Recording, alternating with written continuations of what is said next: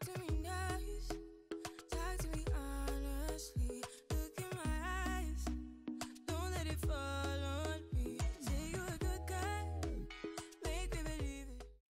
Hey y'all, welcome back to my channel. I'm back with another video. As you can tell by the title and this banging thumbnail, I will be showing y'all how I went from this gorgeous red to this poppin' purple. So if you haven't checked out the first video, it will be in the cards and list down below. So in today's video, I will be showing you exactly how I remove this red hair dye. This is a rinse dye. Like I said, if you haven't watched my last video, check that out first. And then I will be showing y'all how I went from this red to this gorgeous purple. This is my first time wearing purple hair ever, so I'm super excited about this look. I'm really feeling the vibes. So I hope you guys enjoy this video. Make sure you are subscribed to my channel with the notifications on so you don't miss any uploads from me. And let's go ahead and get into this video.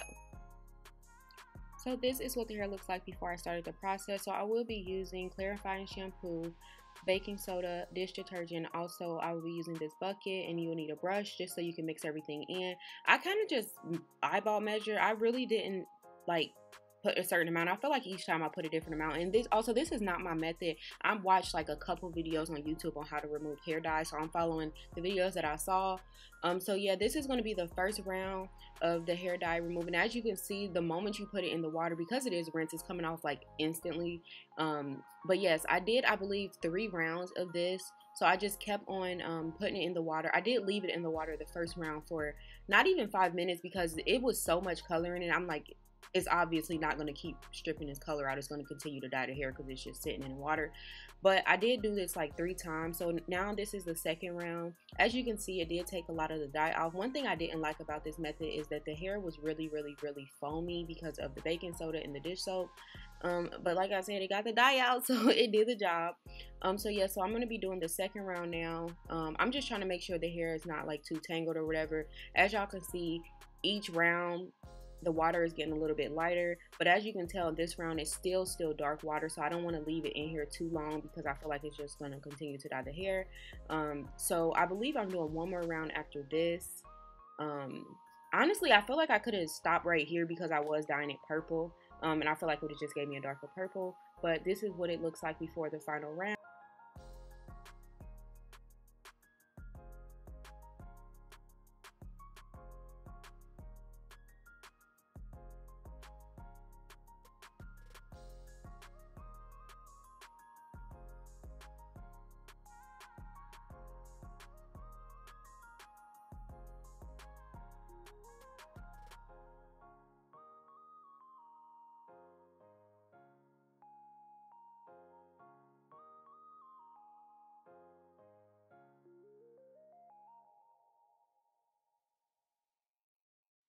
This is what the hair looks like after the final round. The hair did shed a little bit. It wasn't too much, but now I'm going in with some conditioner. I just grabbed the first conditioner I had in my house. This is what I use on my hair, so that's what I'm using. It is a leave-in conditioner, but I didn't leave it in. I just put like OD on it, on the hair, just so it can kind of get some type of life back to it. I just didn't want it to, like, you know, be dried out or whatever, so I just used whatever conditioner I had in my house, and then I set the wig inside of a shower cap and I left it sit. I don't even remember, y'all. I filmed this part of the video like probably like 3 or 4 weeks ago, honestly. But this is what the final looks look like for the blonde hair. So now I'm going in with another rinse dye, and this time I'm going to be using the purple, of course.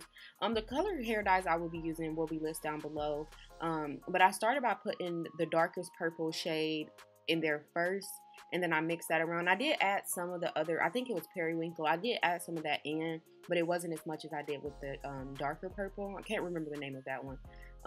But I did add it in, and I started mixing around just to make sure everything is blend evenly. Supposedly, if you leave chunks of dye, it's just going to stay in the hair. So I just wanted to make sure there was no chunks of dye in the water, so it wouldn't just catch onto the hair.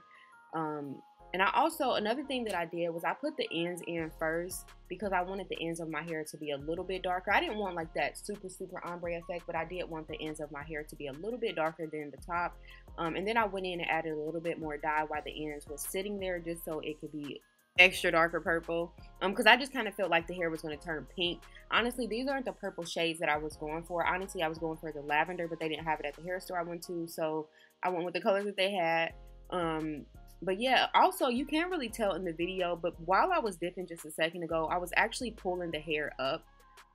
like pulling strands up at a time, just so it's like not all the hairs going in at the same time, to kind of also give it more of a, I don't know what type of vibe I was going for, y'all, but I was just trying to make sure like everything just looked cute. I don't know, I really didn't even use all this dye. I feel like I had a whole thing and a half of dye left, so I really didn't use all the dye, but that is pretty much how I achieved this purple.